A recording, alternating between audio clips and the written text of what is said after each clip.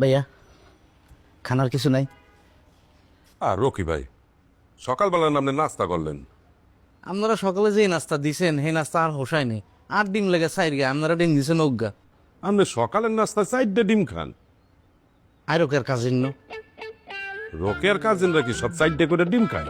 কি এখন ভাইয়া সাইড করে ডিম খাইতে কিনলে আমি কেন জিম করি তো আর পুষ্টিকর খানা বেশি লাগে। আচ্ছা, তো তেমন কোনো খাবার নাই? ফ্রিজে আপেল আছে, আপনি আপেল খেয়ে গেলেন? ভাইয়া ভোরবেলায় উঠি আমি কুত্তার মতো বুকডাউন মারছি, খিদা লাগছিল, ফ্রিজে দুটো আপেল আসিল আমি মারি দিছি। তাহলে এখন আপনারা কি দেব? আচ্ছা, আমি কাবিলার সাথে কথা বললা আপনার জন্য বেশি বেশি করে বাজার করবো আনে।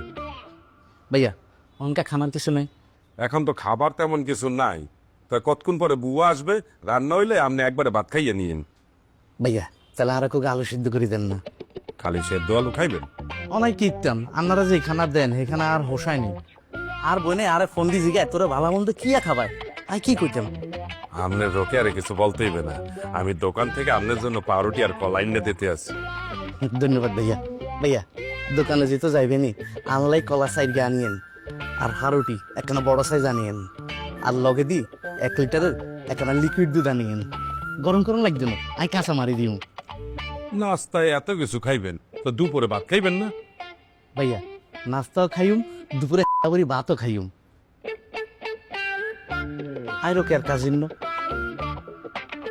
ভাইয়া দুপুরে তরকারি কি? মুরগি। মুরগি নি আর কিন্তু গনি গনি 8 পিস মাংস দেওয়া লাগবে। বাড়িতে 8 পিস খাই। আইরো কে আর কাজিন ন